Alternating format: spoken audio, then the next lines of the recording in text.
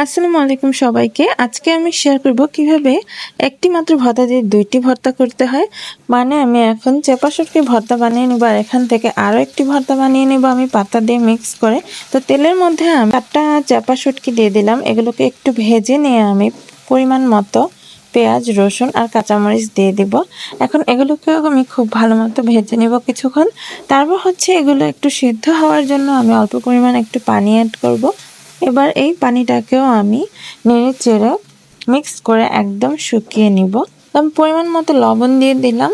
তারপর আবার একটু ভালো মতো মিক্স করে এখন একদম ভাজা ভাজা করব, একটু হালকা পুরো পানিটা শুকিয়ে যাওয়া পর্যন্ত। তো এখন আমার পানিটা শুকিয়ে গেছে, আমি এটা নামিয়ে নিব। এবার আমি এখানে কুমড়া পাতা নিয়ে নিয়েছি, আর এই পাতাগুলোকে আমি অল্প পানি দিয়ে সিদ্ধ করে নিব। আর এখানে দিয়ে দিব আমি 4টা কাঁচামরিচ। যেহেতু এই পাতাগুলো সেদ্ধ হয়ে খুব অল্প হয়ে যাবে, এর জন্য বেশি মরিচ দেওয়া যাবে না। এবার আগে যে আমি চেপা শুটকিগুলো পেঁয়াজ, কাঁচামরিচ, রসুন দিয়ে ভেজে রেখেছিলাম সেগুলো বেটে নিব। বেটে নিয়ে এখান থেকে অল্প একটু পাটার মধ্যে রেখে দিব। সেই কুমড়া পাতার মরিচগুলোর সাথে মিক্স করে লবণ দিয়ে আমি এবার আরেকটা ভর্তা বানিয়ে নিব, যেটা পাতা দিয়ে চেপা শুটকির ভর্তা। তো এভাবে ভর্তা বানিয়ে নিলে একসাথে 2 পদের ভর্তা হয়ে যায় অতি সহজেই। এটাতে আর কোনো খাটনিই লাগে না, আর খেতেও বেশ মজা। সবাই অবশ্যই ট্রাই করে দেখবেন।